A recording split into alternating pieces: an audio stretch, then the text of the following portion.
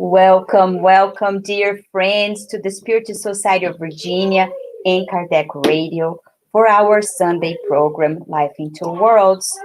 Today we have a very, very special topic for us. But of course, dear friends, what do we do before we start? We align ourselves first with the higher realms. We invite the spirit mentors to our homes, our guardian angels. They count on us on this moment. It's so special. To help us be mindful, we're going to bring our dear friend John to read an inspirational message for us. All right. Dear John, thank you so much. Our pleasure, Paloma. I will read the message today is entitled Wealth for Heaven. It's number 177, taken from the Living Spring book through the authorship of Emmanuel and the mediumship of Francisco Candido Javier.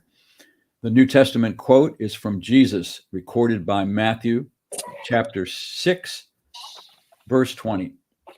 Store up treasures in heaven.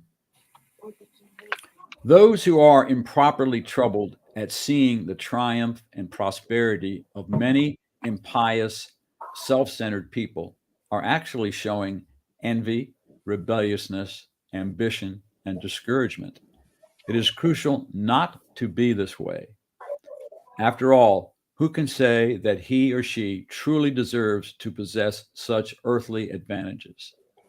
If we see men and women lacking moral scruples, possessing the transitory assets of the world, let us feel pity for them instead. The word of Christ is clear and irrefutable. Store up treasures in heaven. This means let us accumulate inner assets in order to partake of glory eternal. The gallery of the carnal evidence will always be ephemeral. Physical beauty, fleeting power, temporary property, and amassed wealth may be a simple attribute of the human mask, which time tirelessly transforms. Let us accumulate goodness and learning, understanding and sympathy. Without the treasure of personal education, our entrance into heaven will be pointless, for we will be unable to attune ourselves to the appeals of the higher life. Let us grow in virtue and incorporate true wisdom, for tomorrow you will be visited by the leveling hand of death, and you will possess only the noble or degrading qualities that you have accumulated within yourself. Thank you, John. Now, dear friends, we invite you for our initial prayer. All right. Let us close our eyes.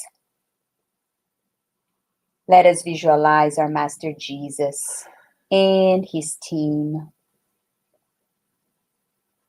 Dear beloved Master, we are here once again, gathered with friends, incarnates and discarnates, being inspired to study and reflect together on the true wealths of life. We ask, dear Master, that we allow these teachings to permeate the deepest part of our souls, that we are able to make changes, even though small.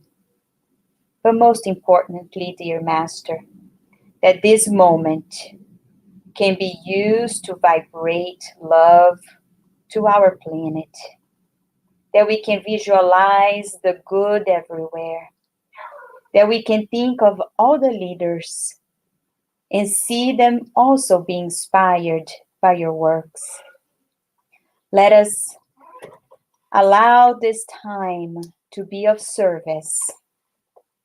And under your protection and with your permission, we ask to start these moments of study together, and so be it.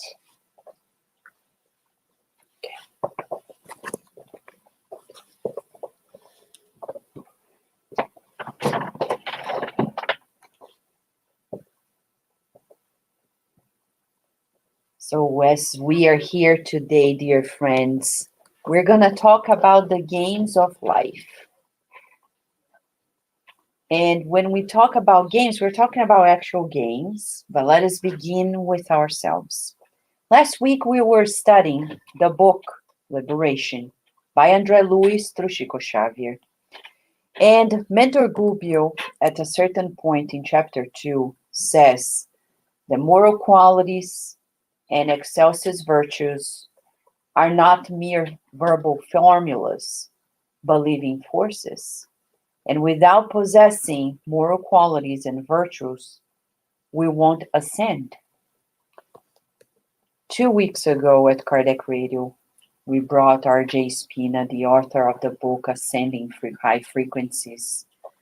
And it's exactly what Mentor Gubbio was talking about yesterday. Another author, Dimitri. People who are not spiritists per se, but who bring precisely the same knowledge, telling us that we need to conquer higher levels in good works, good feelings, good thoughts, good actions. We're not going to evolve until we get out of our comfort zone. And as Mentor Gubbio says, and I have the book Liberation on Kindle, on my phone, and you can do the same, and we would recommend that you do it.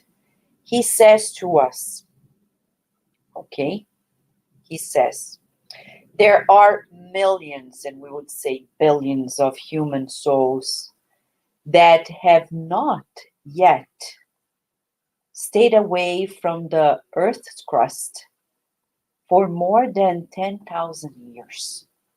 They die in the physical body and are reborn in the physical body, just like the trees that sprout always, but are profoundly enrooted in their soil.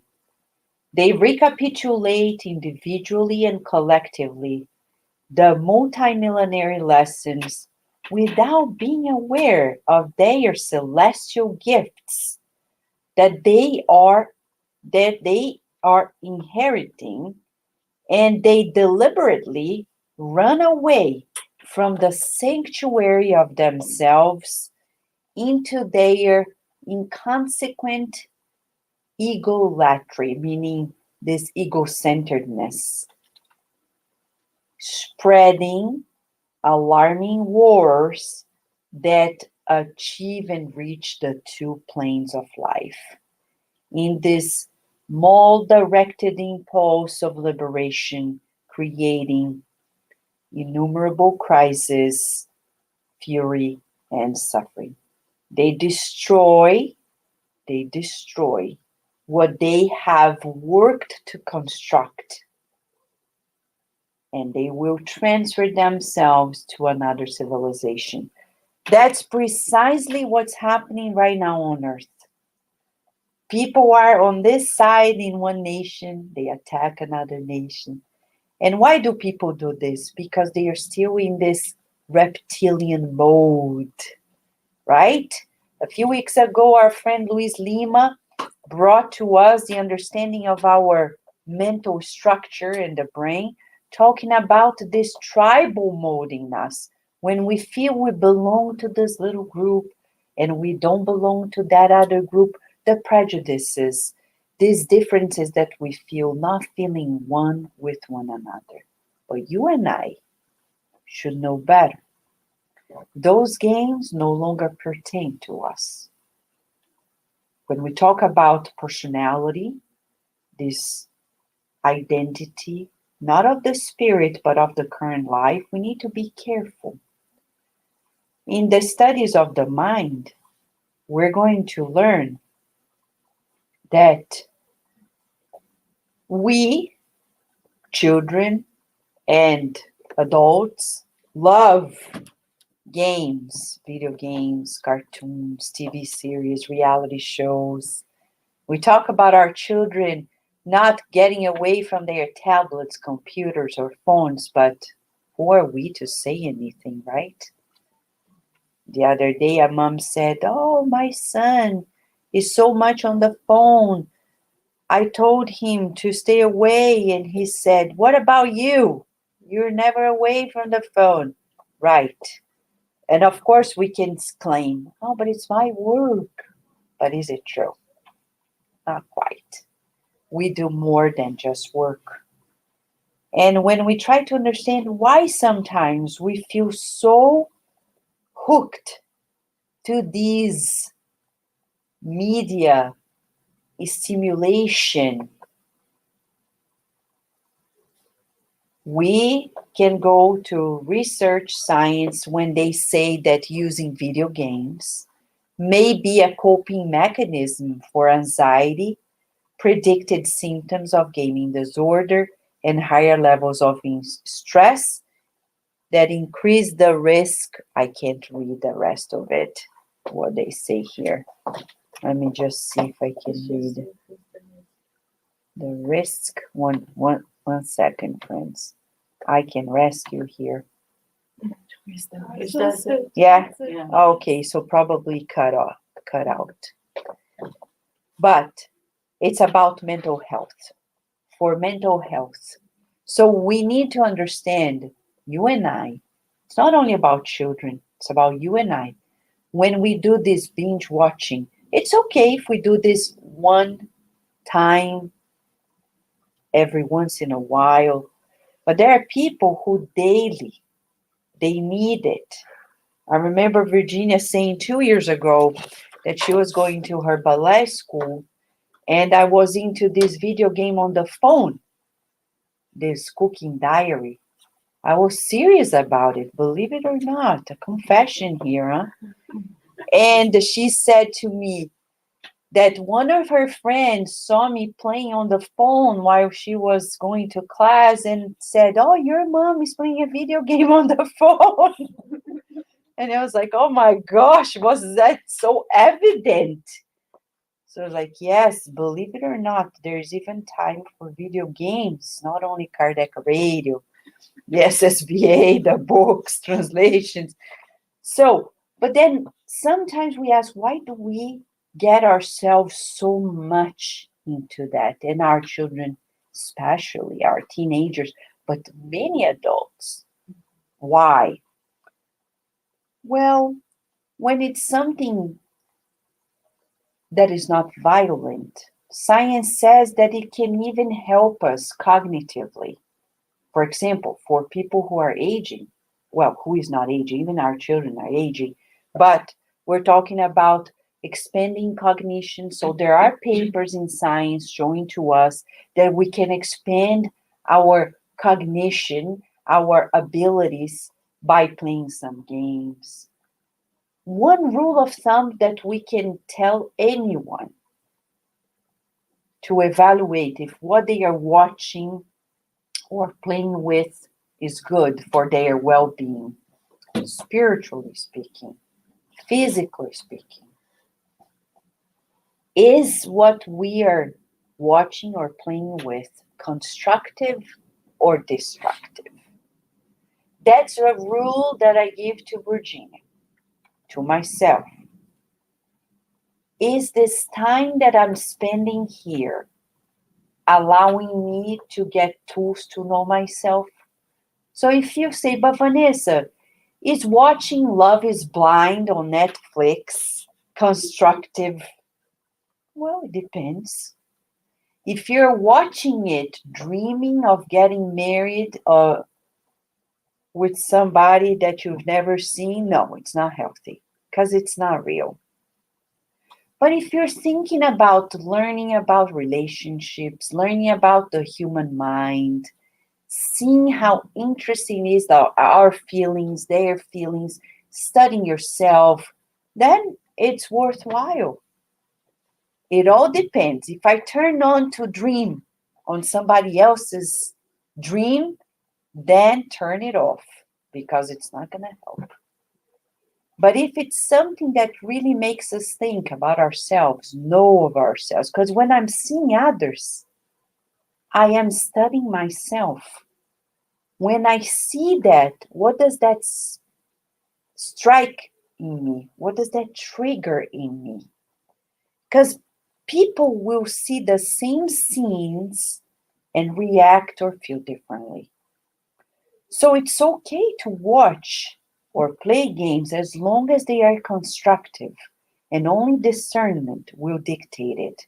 But when we talk about horror movies, violent, aggressive, sexual content, the story changes completely. We're going to see that science shows to us that there is what they call the World Health Organization defines the gaming disorder as an addictive behavior that has been classified as a disease. Those people, how do I know it's an addiction? You can't live without it. You can't go without it. A day without it. I no longer play with Cooking Diary. It was just a phase. I'm happy to know I'm not addicted to it. So it maybe inspired me to cook more or not. I don't know. But can I go a day without it? Can I be happy without it? Or do I need to do it? If I need it or else, it is an addiction. It is a disorder. Your brain needs help. Because physically, you're rewired. So then you need professional help. And spiritually, more than ever, you need help. Because it's a sign that there are people with you banking on your addiction, vampirizing you in your idleness, in your coping, escaping mechanism. Very dangerous. Is it working, Paloma? Thank you. We have more. Science says to us, and you can go to the website of the National Psychological Association, the APA.org, and get all this information. High levels of violent video game exposure have been linked to crimes, to delinquency, fighting at school, and during free play periods and violent criminal behavior, like reported assault, self-reported assault, robbery, etc. It's proved.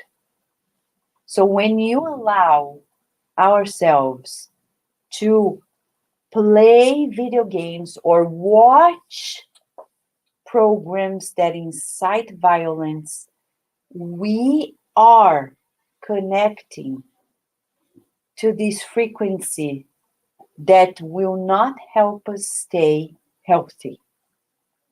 Plus, without compelling evidence, experimental studies with college students have consistently found increased aggression after exposure to clearly unrealistic and fantasy violent video games. So, Call of Duty? No. No, no, no. Don't do it. And we would tell every parent, as a neuroscientist, a young brain cannot handle this much exposure without being deeply affected by it, molded by it. So it's a crime to allow our children to play these games. There will be a day on this earth where all these companies, nowadays even Microsoft, who owns Call of Duty and other video games, to be punished severely for allowing these video games to be out in the public. Because Call of Duty, we all know, was made for people to be trained in the military. Why are we allowing our children and our teens to go through this? If we have the mindset for going to a war, you have the wrong mindset. For us who understand the evolution of the earth, that's not fitting for the progress of the earth. We also know that there is a risk factor, and this is a a long while ago, in 1986. The meta-analysis revealed that violent video game effect sizes are larger than the effect of secondhand tobacco smoke on lung cancer, the effect of lead exposure to IQ scores in children, and calcium intake on bone mass. The fact that so many youth are exposed to such high levels of video game violence further increases the societal costs of this risk factor. I've seen with my own eyes. I have stories, no names, of parents who allow their children to play Call of Duty and other games. And when they said to parents, you are no longer playing those games, it turned violent. Those children ended up in psychiatric hospitals, showing to us that, and they destroyed their parents' bedroom and desks, computers, because they were furious, just showing to us that we're not doing good at all when allowing our children to play those games or watch those programs, or even ourselves, because nowadays adults do it too. So, addiction is a disorder. We need help. For those who are parents, there is what we call the play therapy. Play therapists are prepared to work with children to help them grow out of certain issues. You can go to the Association of Play Therapists and find out play therapists in your area. For adults, we would say you need at least psychological support to get out of it, but we would say also spiritual support, because it talks about some infirmities of the mind, morbidities of the mind that need to be cared for. Finally, violent video games are significantly associated with increased aggressive behavior, aggressive thoughts and affect, increased physiological arousal, and decreased prosocial helping behavior. So we are at a day and age that we have compelling evidence that violence, aggressive games, cartoons, reality shows, series, movies, they are not going to help us connect with higher frequencies or stay well in our mind. They are not going to help us our well-being at all. On the contrary, they will be deeply detrimental to us. It's clear? Now we go into the spiritist science to help us understand more about why we still feel this need to feed our animalistic nature and how we can get out of this. We have a two-step approach here. Carol Correa is going to help us with the first step, and then I'll jump back in to add more information for us as adults and parents.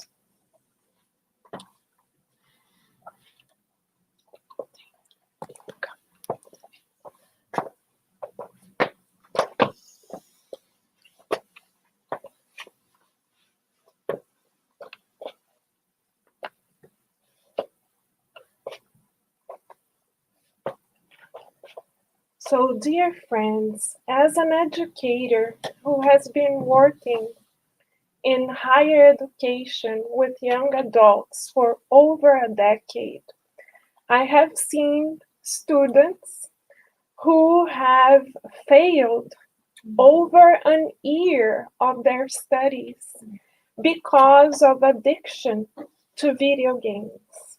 When I have talked to them directly about such an addiction, they talk to us about killing others, as if killing others were normal.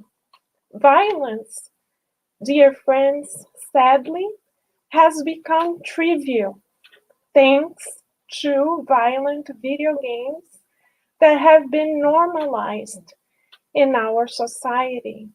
When students at the college level are asked what their preferred pastime is, most of them, sadly, reply that playing Call of Duty, as Vanessa mentioned, is one of their favorite pastimes. And they are actually rewarded for killing others virtually. Where does that lead us, spiritually speaking? Right at this moment on earth, as Vanessa mentioned, we are starving for peace, quite literally. How, however, shall we attain peace if violence has become trivial, if violence has become habitual, if violence has somewhat been normalized? What shall we do? Thankfully, Spiritism provides us with unique tools so we can make better choices, whether we are incarnated already at the adult level or as young adults. Let us go back to the message that our dear John read in the beginning of our study today. The message entitled The Wealth from Heaven. In this message from Living Spring, Emmanuel tells us that self-centered people are actually showing envy, rebelliousness, ambition, and discouragement. And Emmanuel is adamant at telling us that it is crucial that we not be this way. In the games that are of violent nature, however, we are rewarded for competing. When speaking to young adults about the context of these games, they tell us that the more they kill others, the more they get others out of the way, the greater they are. Is this the kind of training that we would like to our young adults to receive? Of course not, because according to the Spiritist understanding of life, we know of the law of action and reaction, and we know that we associate ourselves mentally and spiritually with minds that also practice violence. And we are here not to be destructive.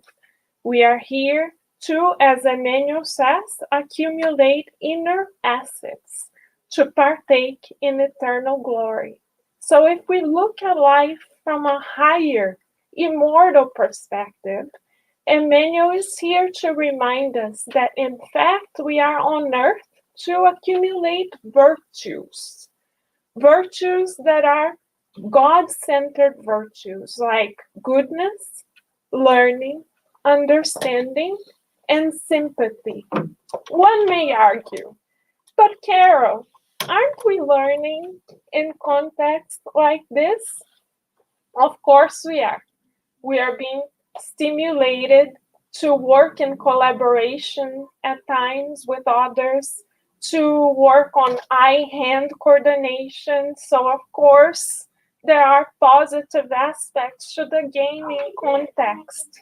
However, we have to use our reasoning to understand, to think about whether the benefits or the shortcomings outweigh the benefits. And when violence is in the context, the shortcomings most definitely outweigh the benefits, because in such cases we are not practicing goodness, understanding, or sympathy. We are actually turning those natural tendencies that God has granted us off, because we are being rewarded for doing the exact opposite. So then, if we find ourselves in this situation, addicted to violent video games, like we mentioned, losing precious time at school because of such conditions, how shall we get out of such circumstances? Actually, friends, we have seen even young children say to us, "Oh, we don't like this person very much. Maybe we'll just kill them." "Oh, ha ha ha, just kidding," they say. And they're not even 10 years old. How did we get to such conditions? Because we forget that we are spirits living on earth. And we forget that we are not here to excite our senses or to repeat habits that we already have, but rather to literally renew and re-educate ourselves. What is the pathway then? To accumulate wealth for heaven, not for earth. According to Célia Regina Jorge, a Brazilian scholar that conducts a fantastic seminar entitled The Study of the Spiritual Being, we can learn to accumulate wealth for heaven through the use of reasoning and the acquisition of noble, and we highlight here, noble feelings and virtues. How do we know if our feelings are noble? We have the gospel of our Lord Jesus Christ highlighting what those noble feelings are. If we look at the index of the gospel, we have a list of at least 12 virtues there, such as patience, compassion, duty. These are the noble feelings and virtues that we reincarnated to acquire. So, question for us, when we allow our children or our teenagers to play video games, are we benefiting them or empowering them to acquire such virtues? "Oh, but Carol, come on, you're being too strict. They're too little." Yes, this is when, according to Emmanuel in the book Thought and Life, in a chapter entitled Cradle, this is when the spirit, the reincarnating spirit, is most, quote unquote, and we say this very kindly, moldable, because all they hear and see is imprinted in them. So when we allow them to watch video games that are violent in nature, spiritually, the images and emotional imprints are getting connected to their minds. And other minds that think and feel alike are also connecting to them. We are allowing them to have spiritual GPS that calls and attracts violence. On the other hand, if we allow our children to feed or nourish their souls, as we say in Kardec Radio, with feelings like patience, kindness, cooperation, then their GPS, their spiritual GPS, changes in nature. They literally recalculate their route and thus attract other minds that feel and think alike.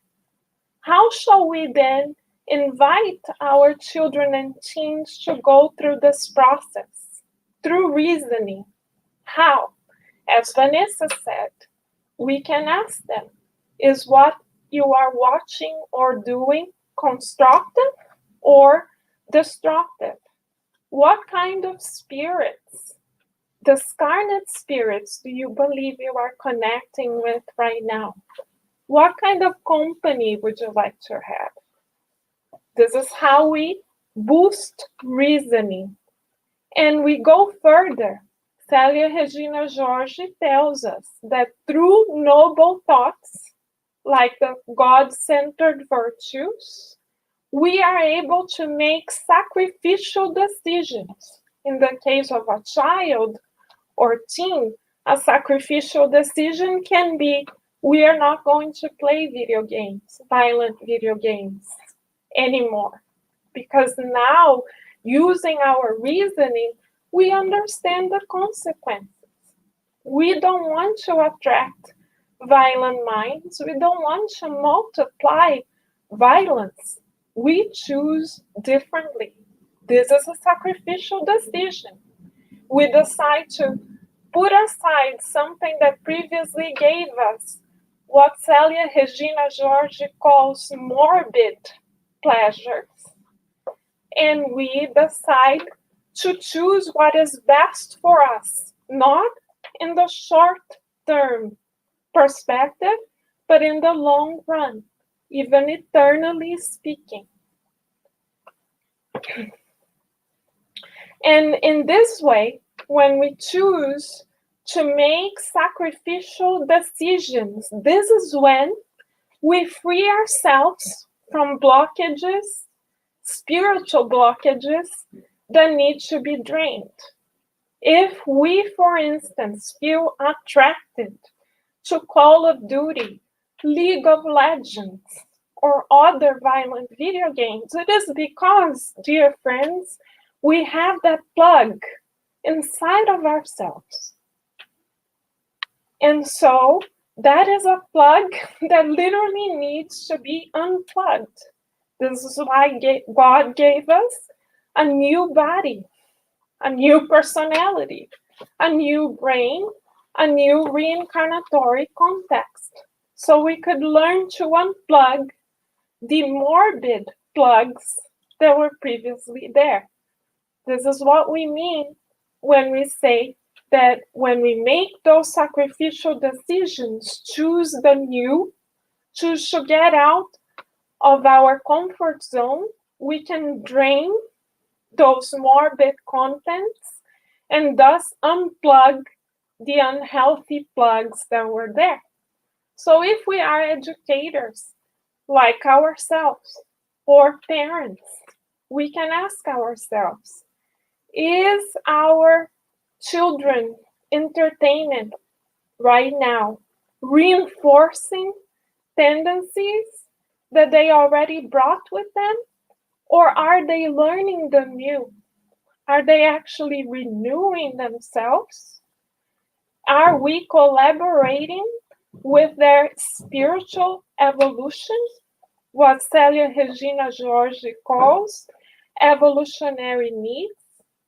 Because, for instance, if a teenager or a child already carries with them the plug of inertia, the plug for violence, if we allow them to entertain themselves with more violence, making it trivial, where are we taking them?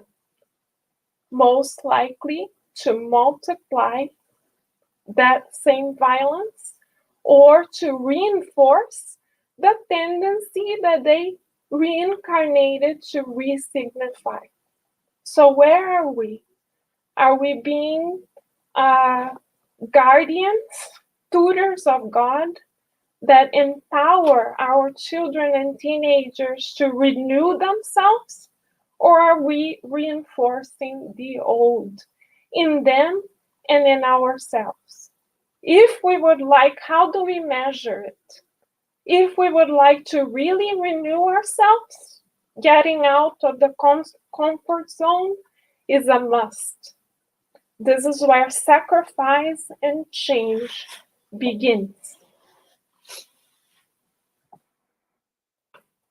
And so, how do we foster these new habits? First, we need to identify our current spiritual habits. This is the real game of life.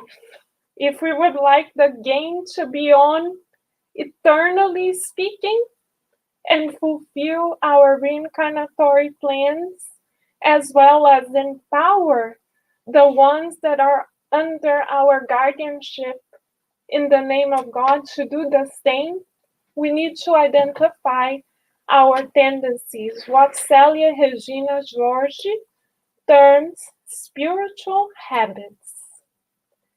Célia Regina Jorge tells us that fostering isolation indicates that the spirit needs to hide from others. So here's something for us to keep in mind. If our child or teenager spends 4 hours every day playing Call of Duty or League of Legends, he or she is isolating themselves. Spiritually speaking, they may have something to hide. Also, because they isolate themselves, they may be more likely to be self-centered, to think of themselves. And that is the newness of the soul. Because they and we ourselves as adults may be stuck in this me, mine, mind mindset, we may repeat our old tendencies. Like the young child we saw saying, yeah, I'm just gonna kill them. And when we talk to our students, they say with a smile in their faces, oh yeah, the more we kill, the better. That's how they say it. Killing is fun. I've already heard this. This is what Célia Regina Jorge says. It's a morbid pleasure. Why morbid? Because it is sick, literally. We are not designed by God to kill. Quite the contrary. We are designed by God to co-create. So if inside of ourselves we are feeling like, quote, killing is fun, end quote, we have cultivated a morbid pleasure. Why? Because it is a sick pleasure and we still find it enjoyable. Luckily, spiritually speaking, we can find the strength to shift this paradigm, this spiritual habit, by having faith, courage, and goodwill. We need goodwill to sacrifice the comfort zone, these old tendencies.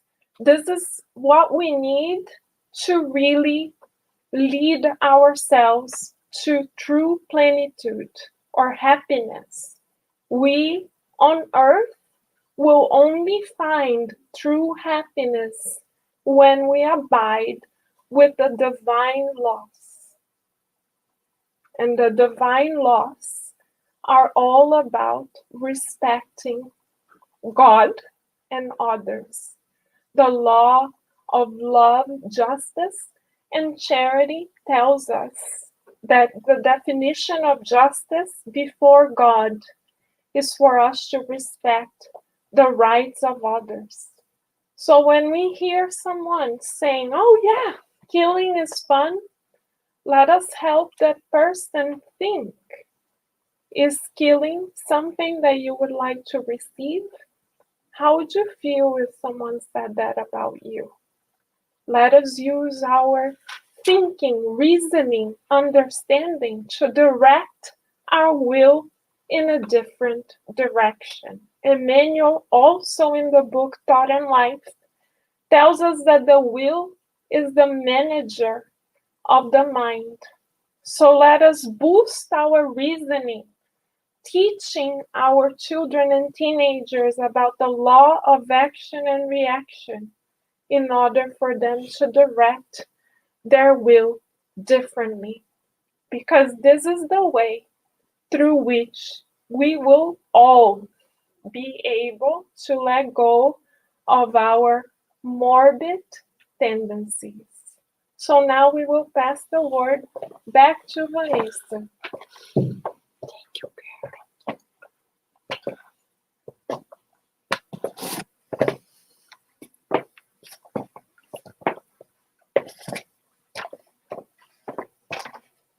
Thank you, Carol. And friends, we're not only talking about children and teenagers, but about ourselves. Going back to the book Liberation, Mentor Gubbio says we need to proceed with our task of self-discovery, and it requires mental strength to work with our ego-centered tendencies, sublimating our addictions. So going back to this and trimming down to the education of ourselves, we're going to be inspired by a message that the medium Divaldo Franco received from Joana de Angelis, his mentor, in a book that is titled SOS Family. Talks about the duty of parents, but it doesn't restrict to parents, though it's a must that parents are aware of it. Joana de Angelis says the duties of parents towards their children are inscribed in conscience. It's funny when we hear that because many people are going to doubt. I don't think I know exactly what to do. I don't recall it. Where is it that I can't remember? Well, it requires meditation, reflection, for us to rescue that knowledge, the knowledge that gives us the discernment between the right and the wrong. The same for all of us. It takes effort. It takes the use of goodwill. Joana de Angelis is going to say, it is essential to learn from examples along with constant assistance that the character's information need, and like a plastic clay must be shaped.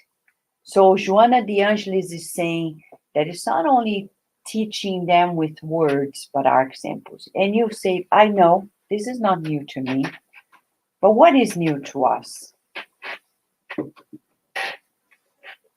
The practical tools on how to do it. How do we achieve it?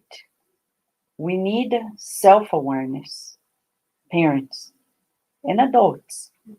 We need to know who we are, what we're feeling. Why am I choosing this? We are not like animals anymore. You know, a dog and a cat, you present some food, they eat. They don't think before eating. We need to think before we eat. And be in charge, saying, I'm going to eat this because I need vitamin C. I'm going to eat that because I need vitamin D. That's the human. The animal, I eat because I want. Okay, Vanessa, so don't you eat sweets? I do, but not every day, hopefully, because if I do, I'll be in trouble. We all be in trouble. I need to think, my body is this way. Some people need more certain types of food than other people. We need to know who we are. That's called self-awareness, not only spiritually, but also physically. The types of exercises that are good for us, and the type of rest that is more, deeply restful for us. But one thing we know, and we'll piggyback on Dimitri's interview yesterday. He says something that science has already proved time and again. The importance of meditation. The stillness of the body, so we can do this inner journey. Say a prayer before you do it, even if it's for 5 minutes, but stop. Don't do anything else. And stay there, listening to your breath, going within, finding the divine in you. Don't be afraid. Some people say, I can't do this because I'm afraid. What if something happens? What if a bad spirit shows up? Some people are afraid. Say, okay, say a prayer, and then close your eyes. Find God within. Remember, you're breathing because God is sustaining you. We're being sustained by God. Our breath is a reminder that God is there sustaining us. Find that connection. Find that inner, even if it's 5 minutes a day, for us to be fully aligned and not caught up in this temporary mode that we're here. We're here now. Tomorrow, for sure, we won't be here. And then what? We lived for this house, this car, this job, this thing. No. I am here as a spirit, fully aware that I won't be here for long. One day, I'll be out of this scenario. I won't be even Vanessa anymore. I'll continue to be spirit. I'm used to, oh, I do my nails and my hair, da-da-dee. Okay, but don't identify too much with that because you're not that. You're not the nails, you're not the hair, you're not the clothes, you're not the car, you're not the job, you're not the family. One day, we're here with this family. Tomorrow, the family stays, we go. And then, my family, Frankie, Frankie, Frankie. No, no, no. I need to go home with you. Yeah. No, no, no, no, no. No more. Because you can't. You can't. I can't. And God says, mm-mm-mm. You are in a different page. So it's important that we feel it. That's the only way we'll be able to inspire our children. Without words, they will see us. They'll be inspired and they will do their things. So discerning before pleasure, discerning before impulses, reasoning before instinct. That's what it is to be human. That's what it is for us. Before we watch anything, think, why am I watching this? Am I playing a video game? Why am I playing it? Oh, just to relax a bit. Okay. But is it constructive? Yeah, it's healthily fun. Good. No, turn off. Turn on something else or do something else. And then Joana de Angelis will continue. She's going to say, I don't know why this is in Portuguese. Forgive me, but we have an on-spot translation. When we deal with children, she says, neither the excess of severity for the children with the children, nor this overprotectiveness and these unjustified fears in regards to this or that, summing up afflictions for our children. How many of us are like this? Either we are too rigid or we're too afraid, fearful, feeling that we need to overprotect. This shows to us that we lack our conscious connection with God on our end. Because when we do, it's okay. Our children are there. And we're not going to be like, oh my gosh, what if, or being too rigid or even permissive, because some parents want to be too nice, too good, and they forget that it's not about being the best friend of your child. One thing is to befriend your child. Befriend, Mentor Joseph was saying the other day, befriend your child, meaning be a friend, but not trying to be the friend. Care, love, Do what you want to receive. Because one day, friends, you and I will reincarnate. We will reincarnate. We're going to be children again. And the loving care that we give, we will receive.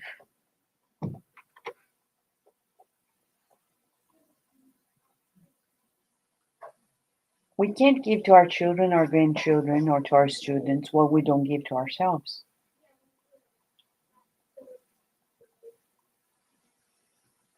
And we love these last two sentences when Joanna de Angelis says, teaching humility and appreciation for the precious gift of divine concessions is what we need to teach our children. Humility, and she says,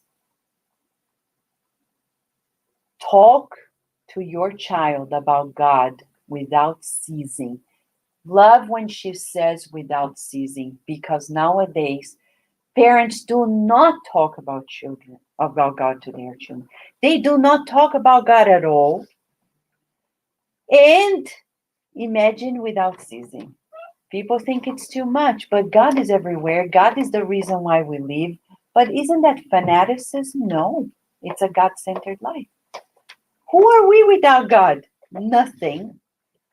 What does God want for us? So it's like God, God, God, God. I asked Virginia, do you think God wants you to do this? Do you think God expects you to be that? Why is God allowing you to exist? If we're constantly reminding them that the reason for our living is God, when they make choices and when we make choices, we'll make probably wiser choices. Hopefully. Hopefully. Now let's go back to wrap it up. Joanna de Angelis says, spare no effort in educating your children. No effort. And that's what I see. I know being a parent nowadays is so challenging because you work. You do the 10,000 jobs. You clean the house, you work, and you do this and the other, and the children. But above everything else, the house and the job, what is most important? To pay the bills? It's important, but it's not more important than educating the child. That child in front of us, that teenager, is a child of God, is a diamond in our hands.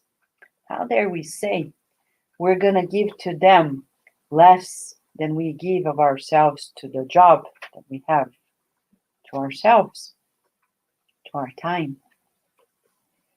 Sparing no effort is the direction. What we have been given today here in our meeting, if we could sum it up, goes back to the book Liberation by Mentor Gubbio. It ties into Emmanuel's message read by John and re-emphasized by Carol. We are here to grow in virtues, to grow, to discover ourselves, to progress. We also can spare no effort in educating ourselves. That's why we would like to wrap up this conversation, this study, by inviting everyone to read the last issues of the Spiritist magazine, where we have a specific section on parenting with articles brought by Dr. Américo Canhoto, teaching us about parenting. But most of all, for those who find themselves in addictions, gaining behavior with loved ones who are connected to it, read the book Liberation by André Luiz through the medium Chico Xavier, because in that book we will find, first and foremost, information on how to set us free. Read it, studying it, write down, reflect. As André Luiz says, At some point on chapter 2, he received so much instruction for years of work. He summarizes in chapter 2. We can no longer spare minutes that are wasted in nonsense. It's easy to criticize Russia in their animalistic behavior, creating a new war against Ukraine. It's so easy. The hardest thing is to see how much of that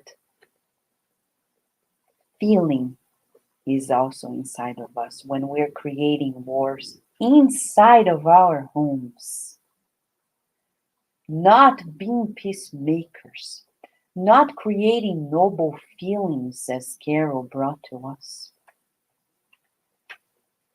We're no different than Putin or any Russian force that is creating wars. No different, friends. That war that is sprouting there is just another thermometer showing to us that we still hold those wars inside of our minds, inside of our homes, so much so that we love these violent video games, that we love these aggressive cartoons, and we love these reality shows that are violent and aggressive and sexual. We're still just like that. It's easy to point a finger.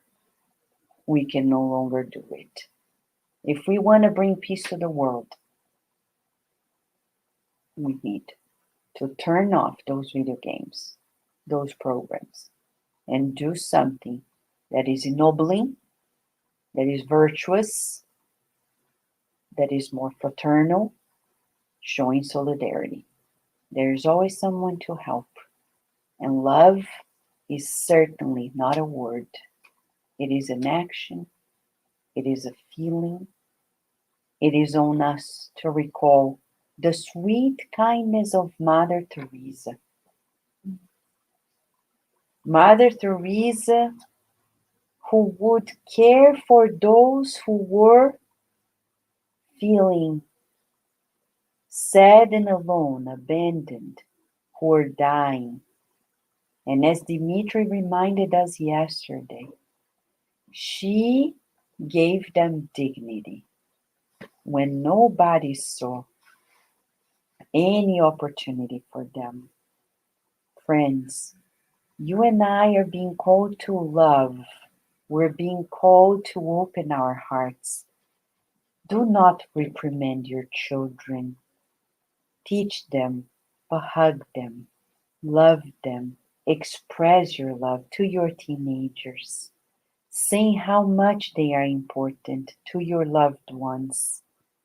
No matter if we, as an Italian descendant, I think it's good to be used to this back and forth. Till one day we'll not argue anymore. We'll hug only. But till then, okay, we argue. But then we hug.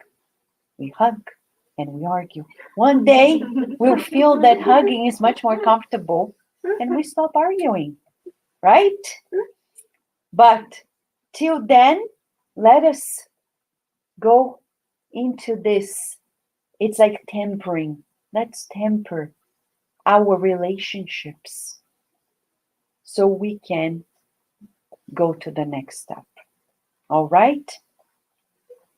Dear friends, we're going to stop for a moment to prepare ourselves for the passes and the prayer. All right? We'll invite our dear friend Luciana to come and do the passes, followed by the prayer by Daisy.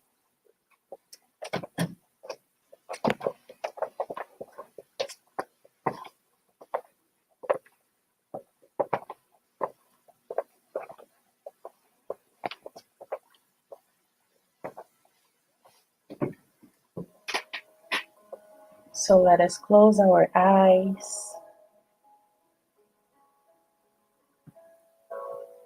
and visualize Master Jesus, the doctor of all doctors,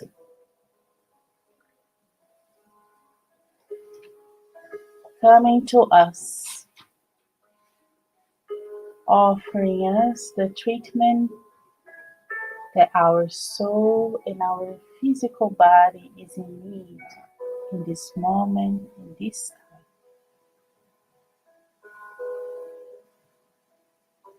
Visualizing rays of lights enveloping us, restoring the good connections that we have, and disconnecting the lower connections that we made throughout this reincarnation and others. And as we surrender ourselves to this healing treatment, we feel lighter and able to be in another frequency, the frequency of love, where our Master can better treat us, aligning ourselves with the flow of love,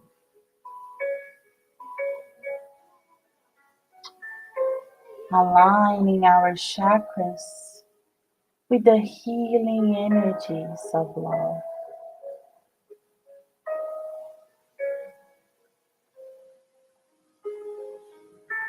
And as we feel that this treatment is working on us, we feel that we are being raised and always receiving and always connected with the flow of life, with the flow of love.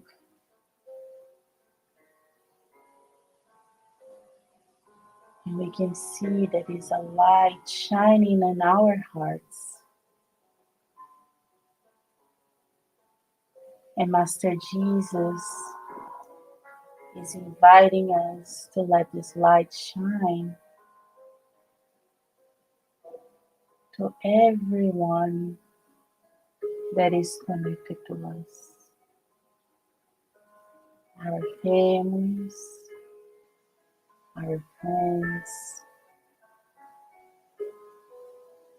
And as we receive treatments, we share with all our community, with all brothers and sisters of ours in need in the planet.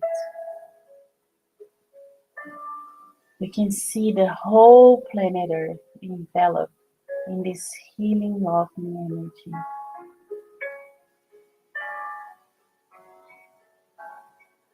Let us visualize the planet being healed in both realms of life.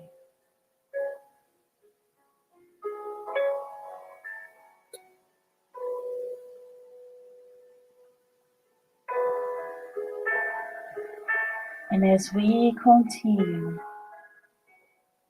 to visualize this healing energy envelop the planet and each and every one of our brothers and sisters, let us pray with our dear friend Daisy.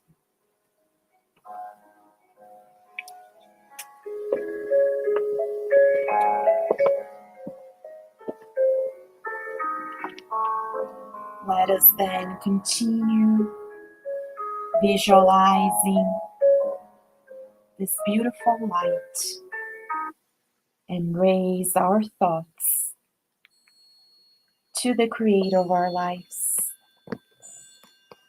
Dear Mother, Father God, what a blessing to be here reunited today. You, Father, give us so much without us even asking or acknowledging.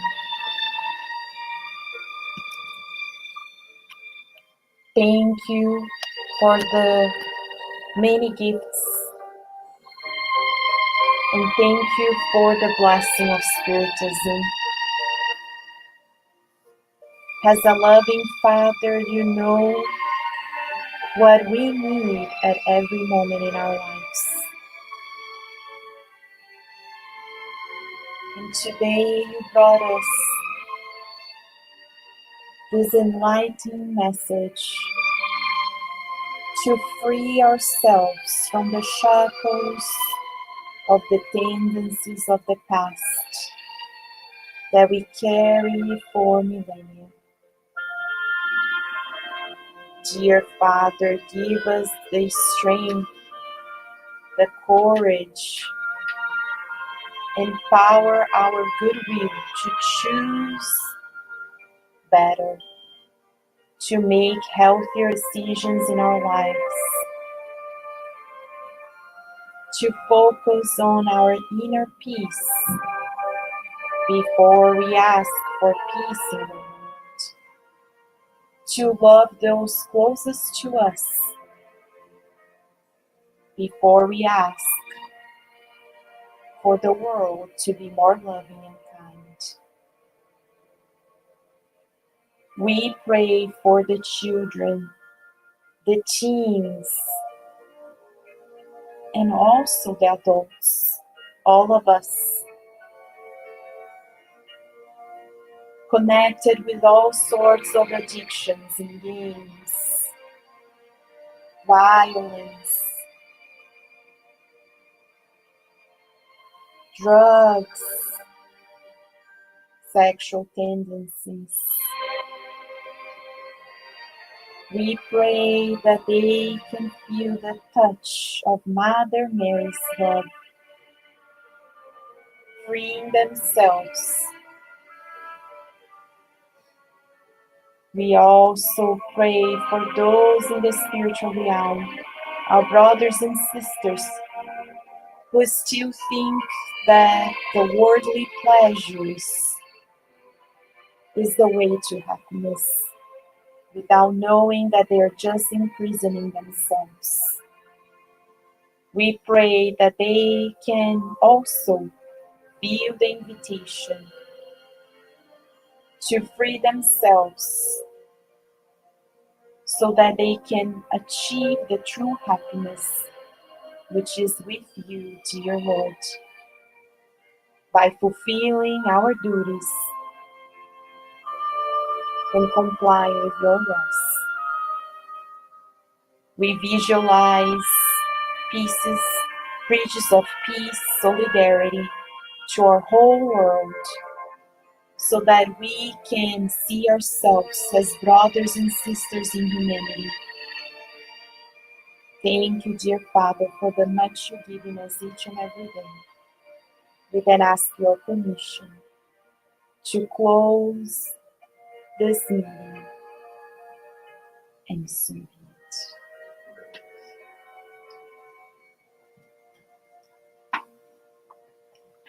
Dear friends, thank you so much for joining us in this beautiful study session here in Kardec Radio through our channels. We invite you to stay connected with us here. We have much to learn at Kardec Radio. We have programs 24/7.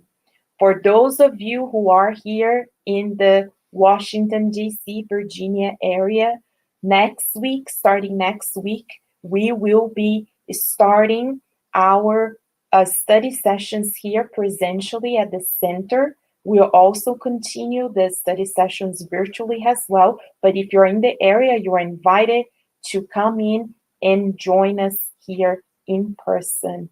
We hope you have a beautiful day, a beautiful evening, and we will see you here next time. Bye, friends.